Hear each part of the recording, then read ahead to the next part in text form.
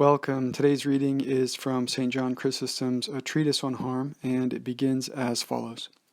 Poverty, someone will say, disposes men to be discontented, and often also to utter profane words, and condescend to mean actions. It is not poverty which does this, but littleness of soul. For Lazarus also was poor, yes, very poor, and besides poverty he suffered from infirmity, a more bitter trial than any form of poverty, and one which makes poverty more severely felt.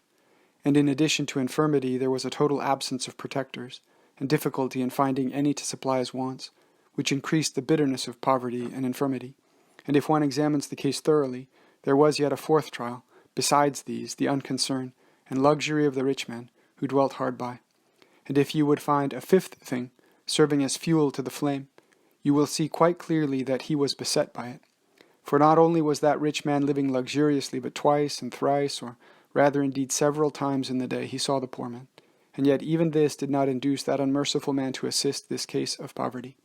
But the poor man, and he so very poor, and encompassed with so many miseries, was not even granted the crumbs which fell from that table, although he greatly desired them. And yet none of these things injured him. He did not give vent to a bitter word, he did not utter a profane speech, but like a piece of gold which shines all the more brilliantly when it is purified by excessive heat, even so he, although oppressed by these sufferings, was superior to all of them, and to the agitation which, in many cases, is produced by them. For what would the condition of this poor man have been, had he not been very wise and noble-hearted, seeing that he was poor beyond all other men, and not only poor but also infirm, and without anyone to protect or cheer him, and lay in the midst of the city as if in a remote desert, and wasted away with bitter hunger, and saw all good things being poured upon the rich man as out of a fountain, and had not the benefit of any human consolation, but lay exposed as a perpetual meal for the tongues of the dogs, for he was so enfeebled and broken down in body that he could not scare them away. Do you perceive that he who does not injure himself suffers no evil?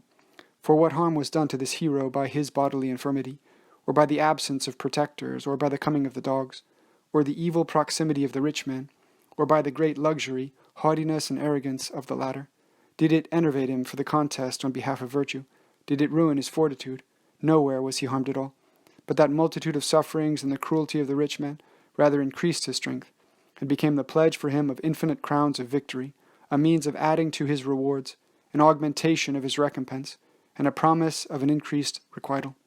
For he was crowned not merely on account of his poverty, or of his hunger, or of his sores, or of the dogs licking them, but because, having such a neighbor as the rich man, and being seen by him every day, and perpetually overlooked, he endured this trial bravely and with much fortitude.